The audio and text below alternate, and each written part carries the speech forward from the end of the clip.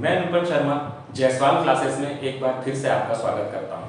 आज हम लोग प्रयोगशाला परिचारक परीक्षा के परमाणु संरचना के दूसरे लेक्चर की शुरुआत कर रहे हैं। जिन लोगों ने पहला लेक्चर नहीं देखा है तो वो वीडियो में जाके पहला लेक्चर जरूर देख लें ताकि इस लेक्चर को आप बेहतर समझ पाएंगे।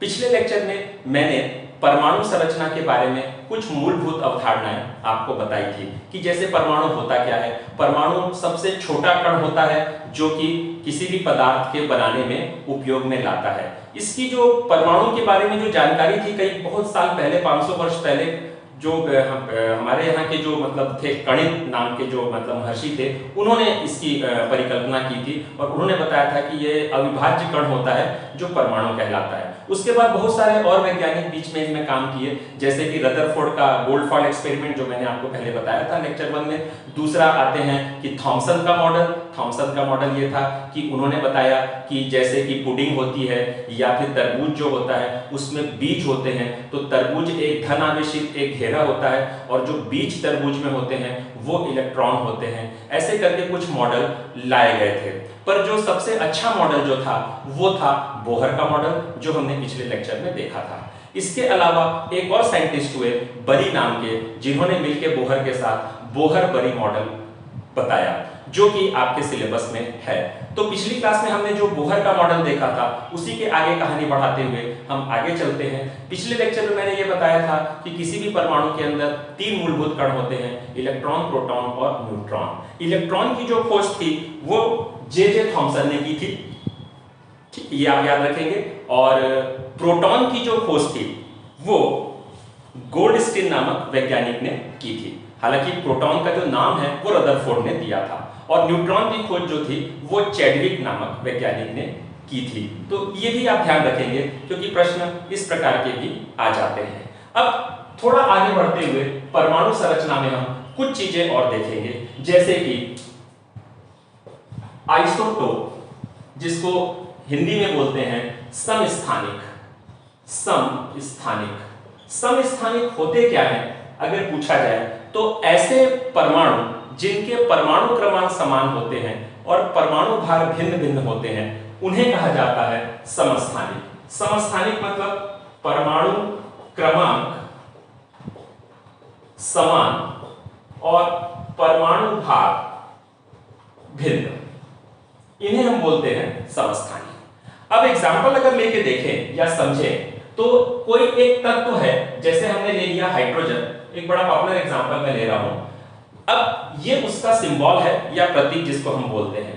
अब ये परमाणु क्रमांक और परमाणु भार को इसमें प्रदर्शित कैसे करते हैं, तो अगर मैं x करके एक जनरल सिंबल से यहां बताना चाहूं तो x एक परमाणु का परमाणु माने सिंबल है या प्रतीक है और उसमें z को हम यहां लिखते हैं या z मतलब परमाणु क्रमांक जो मैंने पिछले लेक्चर में आपको बताया था और a यहां लिखा जाता है, ये है परमाणु भार जो उसका सिंबल भी मैंने पिछले लेक्चर में आपको बता दिया था।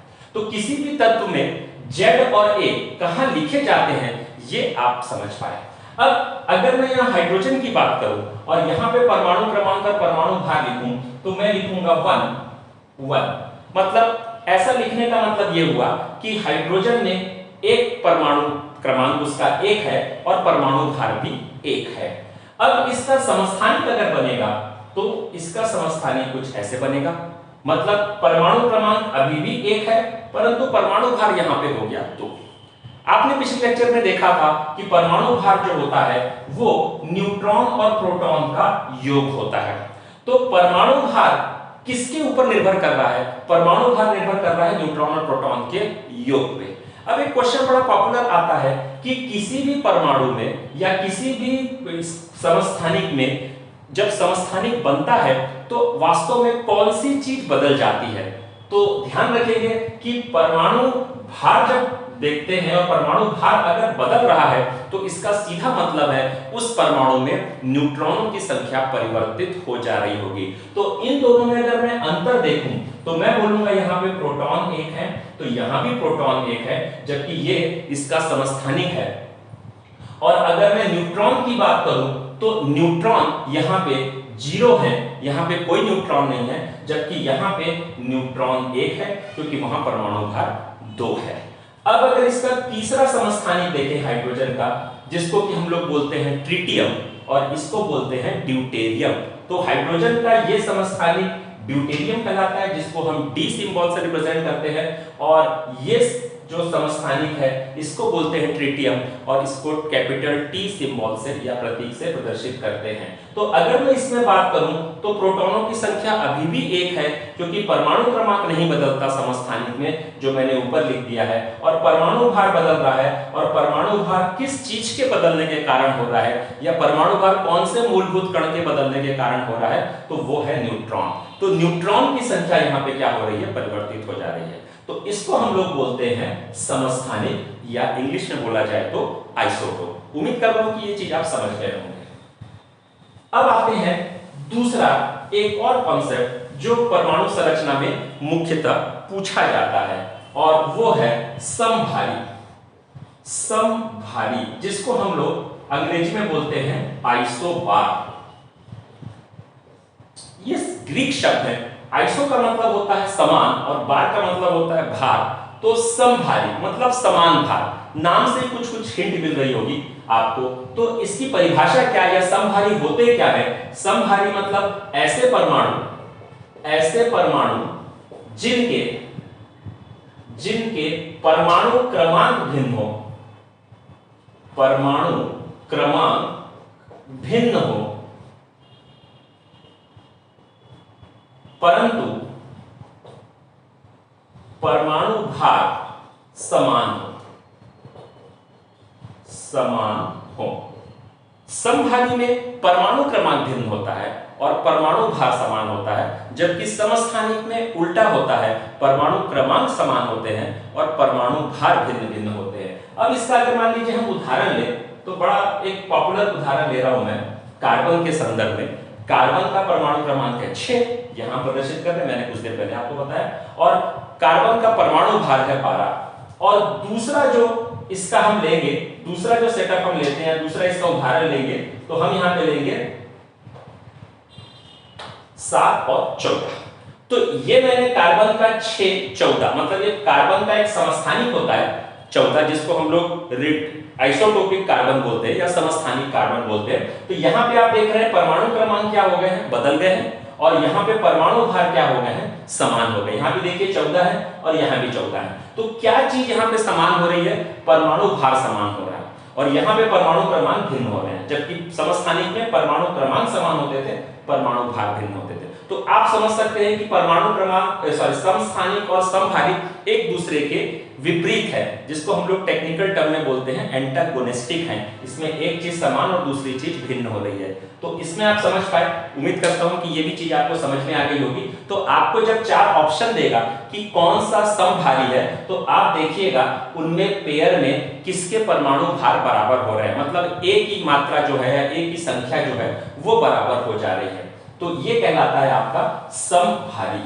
अब इसमें अगर तीसरा चले आगे, जो क्वेश्चन आता है कंपटीशन में, वो आता है समन्यूट्रॉनिक।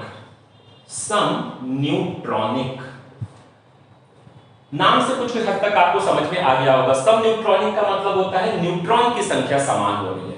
तो यहां पे आप बोलेंगे समान न्यूट्रॉन होते हैं, मतलब स्मॉल n, जो पिछले लेक्चर में मैंने न्यूट्रॉन के बारे में बताया था आपको। तो न्यूट्रॉनों की संख्या समान है, पर यहां पे कौन कौन सी चीज भिन्न होगी, तो ध्यान रखिएगा, ये बड़ा इंपॉर्टेंट चीज है जिसको कि आपको ध्यान में रखना है। मैं उसको स्टार मार्क करके भी दिखा देता हूं। यहां पे उनके प्रोटॉनों की संख्या, प्रोटॉन की संख्या, और दूसरा जो है आपका इलेक्ट्रॉन की संख्या, मैं सिंबल से लिख दे रहा हूं, इलेक्ट्रॉन की संख्या, ये दोनों क्या होती हैं, समान होती हैं, सॉरी भिन्न होती हैं। ये दोनों क्या होती हैं, भिन्न होती हैं। और क्या चीज समान होती है, न्यूट्रॉनों की संख्या समान होती है।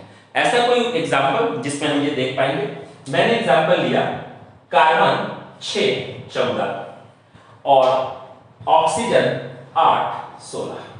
अगर आप गौर से देखें इसमें, तो इसमें आपका परमाणु क्रमांक भी भिन्न है, मतलब Z, जो बोल रहे हैं प्रोटॉनों की संख्या, प्रोटॉनों की संख्या मुख्यतः किसको प्रदर्शित करती थी, पिछले लेक्चर में हमने देखा था कि प्रोटॉनों की संख्या बेसिकली परमाणु के परमाणु क्रमांक को प्रदर्शित कर रही थी। और यहां पे परमाणु क्रमांक अलग है, मतलब प्रोटॉनों की संख्या भिन्न है और परमाणु भार भी भिन्न है। यहां पे मतलब यहां पे A तथा Z दोनों भिन्न है, दोनों भिन्न है। फिर क्या चीज बराबर है? आपने पढ़ा तो था कि A जो होता है वो L+P होता है, न्यूट्रॉन और प्रोटॉन का योग A होता है। अगर A भिन्न है और आपका P भिन्न हो गया तो क्या चीज समान हो जाएगा? न्यूट्रॉनों की संख्या। अब न्यूट्रॉनों की संख्या निकालेंगे कैसे? इसी फॉर्मूले से निकल जाएगा, जैसे हमने अभी लिखा A = N+P, मतलब परमाणु भार जो है वो न्यूट्रॉनों की संख्या प्लस प्रोटॉनों की संख्या। तो अगर मैं इसमें n निकालूं तो n हो जाएगा A-P। इसको पक्षांतर करके मैं इधर ले आऊंगा तो ये माइनस। तो अगर मैं प्रोटॉनों की संख्या या यूं बोल दूं मैं इसको शॉर्ट में Z, मतलब परमाणु क्रमांक, परमाणु भार में से परमाणु क्रमांक को माइनस कर दूं या प्रोटॉनों की संख्या को माइनस कर दूं तो निकल आएगी न्यूट्रॉनों की संख्या। अब इस फॉर्मूले का उपयोग यहां करके समझते हैं। यहां पे परमाणु भार है आपका 14, मतलब A की वैल्यू है 14, माइनस परमाणु क्रमांक है 6, मतलब प्रोटॉनों की संख्या है 6। तो यहां पे मैंने 14 - 6 किया तो यहां से वैल्यू आ गई 8। सेम कहानी अगर मैं यहां दोहराऊं तो यहां पे परमाणु भार है 16, मतलब A की मात्रा है, A का मान है 16 और P या परमाणु क्रमांक है आपका 8। तो आप देखेंगे यहां से भी ये वैल्यू 8 आ रही है। इसका मतलब है दोनों के पास क्या चीज समान है? न्यूट्रॉनों की संख्या समान है। तो ऐसे दो परमाणु जिनके न्यूट्रॉनों की संख्या बराबर हो जाए उनको हम लोग बोलते हैं सम न्यूट्रॉनिक या समान न्यूट्रॉनिक। उम्मीद करता हूं ये भी पॉइंट आपको अच्छे से क्लियर हो गया होगा। अब आते हैं दोस्तों इसमें आगे बढ़ के एक और पॉइंट समझते हैं जिसके ऊपर क्वेश्चन आता है और वो होता है सम इलेक्ट्रॉनिक। सम इलेक्ट्रॉनिक यहां भी आपको नाम से समझ में आ रहा होगा कि ऐसे परमाणु या आयन जिनमें इलेक्ट्रॉनों की संख्या समान है। तो यहां पे क्या हो रहे हैं? समान इलेक्ट्रॉन है। तो आप देख रहे हैं एक एक मूलभूत कण समान होके एक नई व्यवस्था को उत्पन्न कर रहे हैं। तो समान जब इलेक्ट्रॉन होंगे किसी आयन में या परमाणु में तो ऐसा जो पेयर है वो कहलाएगा सम इलेक्ट्रॉनिक। अगर उदाहरण से समझे तो मैं एक उदाहरण लेता हूं, सोडियम प्लस और F- या एल्युमिनियम +3 या नियॉन। ये बहुत सारे मैं एग्जांपल ले सकता हूं। ये सारे एक दूसरे के सापेक्ष सम इलेक्ट्रॉनिक हैं। अब ये कैसे हैं इसको समझने के लिए इनमें इलेक्ट्रॉनों की संख्या की गणना कर लेते हैं। सोडियम का परमाणु क्रमांक होता है 11। इसका मतलब है कि सोडियम में प्रोटॉन और इलेक्ट्रॉन दोनों की संख्या होती है 11 जब वो तत्व रूप में है, मतलब जब वो उदासीन है। अगर सोडियम में से एक इलेक्ट्रॉन को निकाल दिया जाए तब एक प्रोटॉन अधिकता में आ जाएगा जिसके कारण सोडियम के ऊपर धन आवेश आ जाएगा और वहां पे इनके पास इलेक्ट्रॉनों की संख्या रह जाएगी 10। सेम कहानी फ्लोरीन के साथ। अगर मैं फ्लोरीन की बात करूं तो फ्लोरीन में प्रोटॉनों की संख्या है 9, क्योंकि फ्लोरीन का परमाणु क्रमांक होता है 9 और इलेक्ट्रॉन की संख्या भी 9 है जब वो तत्व रूप में है, अर्थात जब उसके ऊपर कोई आवेश नहीं है। जब फ्लोरीन पे आपने एक ऋण आवेश ले लिया, इसका सीधा मतलब है आपने एक इलेक्ट्रॉन यहाँ पे ऐड कर दिया या एक इलेक्ट्रॉन आपने अधिकता में ले लिया, तो यहाँ भी इलेक्ट्रॉन की संख्या कितनी हो गई?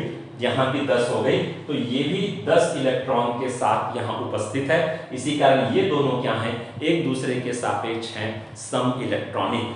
अब आते हैं एल्युमिनियम में। तो एल्युमिनियम में प्रोटॉनों की संख्या होती है 13। ये मैं एल्युमिनियम की बात कर रहा हूं। और अगर वो उदासीन होता तो उस समय इलेक्ट्रॉनों की संख्या भी 13 ही होती। पर अगर मैं एल्युमिनियम से 3 इलेक्ट्रॉन निकाल दूं तो -3 कर दूंगा तो यहां रह जाएंगे 10 इलेक्ट्रॉन। तो 3 प्रोटॉन अधिकता में आ गए, इसी कारण इनके ऊपर 3 धनावेश आ रहा है। मतलब कुल मिलाकर कहने का मतलब यह है कि यहां भी इलेक्ट्रॉनों की संख्या 10 हो गई और नियॉन का परमाणु क्रमांक ही 10 होता है। इसका मतलब यहां पे इलेक्ट्रॉन की संख्या यहां भी 10 है। तो ये सारे के सारे 10 इलेक्ट्रॉन लेके अभी उपस्थित है यहाँ पे। इसका मतलब है कि ये सारे एक दूसरे के संदर्भ में या सापेक्ष में सम इलेक्ट्रॉनिक हैं। तो ये 4 पॉइंट जो आपने समझे समस्थानिक, समभारी, सम न्यूट्रॉनिक और सम इलेक्ट्रॉनिक। ये क्वेश्चन आपको कंपटीशन में जरूर मिलता है परमाणु संरचना में, जिसको कि आपको यहाँ पे ध्यान में रखना है। अब इसके आगे थोड़ा सा टॉपिक में और बढ़ा के जो आपके सिलेबस का पार्ट है उसको मैं कवर करूं तो एक आता है relative atomic mass. Relative atomic mass या इसको हिंदी में बोलते हैं सापेक्ष परमाणु भार। ये क्या होता है? परमाणु भार तो हमने समझा था कि परमाणु भार जो होता है, जो A होता है, जो न्यूट्रॉन और प्रोटॉन का योग होता है। पर रिलेटिव एटॉमिक मास ये क्या होता है? देखिए, किसी भी परमाणु का अगर परमाणु भार दशमलव में आ रहा है, इसका मतलब वो उसका रिलेटिव एटॉमिक मास है।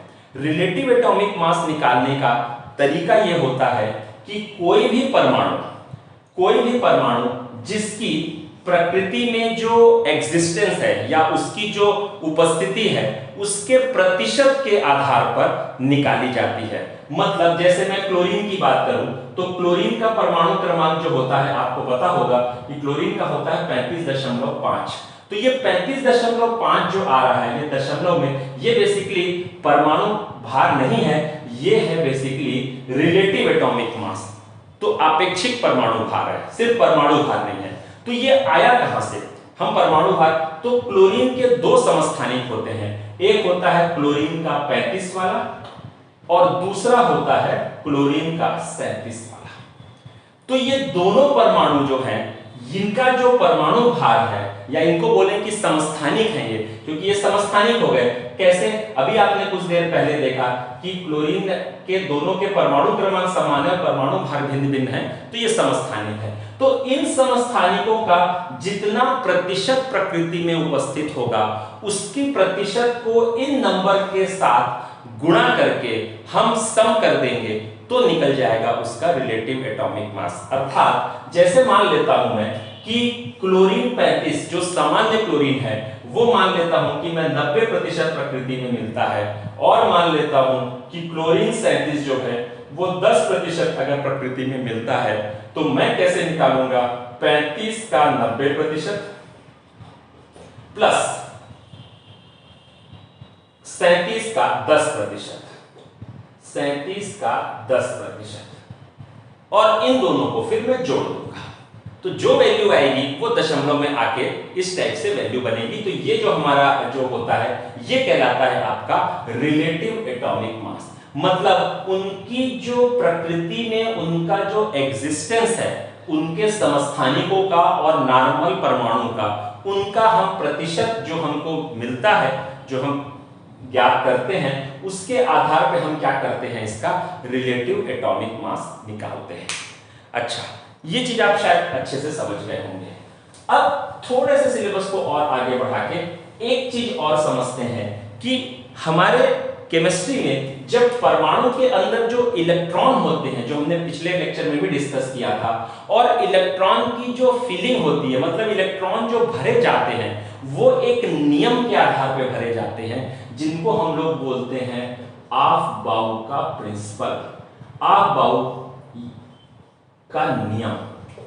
इसके आधार पर भरे जाते हैं। तो ऑफ-बाउ का नियम कहता क्या है? ऑफ-बाउ का नियम ये बोलता है कि किसी भी परमाणु के अंदर इलेक्ट्रॉन बढ़ती हुई ऊर्जा स्तर के आधार पर भरे जाएंगे। अर्थात पहले निम्न ऊर्जा स्तर भरेगा, उसके बाद इलेक्ट्रॉन उच्च ऊर्जा स्तर पे जाते जाएंगे। जैसे हमने पिछले लेक्चर में एक बोहर के परमाणु मॉडल के अनुसार कुछ परमाणु की संरचना ऐसी बनाई थी जिसमें बीच में नाभिक है, और उसके बाद ये जो कोशाएं होती है जिनको कि हम शेल या ऊर्जा स्तर बोलते हैं, इसमें इलेक्ट्रॉन भरे जाते हैं। तो इलेक्ट्रॉन बेसिकली इन कक्षाओं में होते हैं जो नाभिक के चारों ओर चक्कर लगाते हैं। तो किस कक्षा में कितने इलेक्ट्रॉन भरे जाएंगे, ये हमको जानने के लिए ऑफ-बाउ के नियम की सहायता से हम ये बहुत आसानी से पता लगा सकते हैं। तो जैसे इनको उन्होंने नाम दिया था बोहर ने के, एल, और चलें आगे तो एम,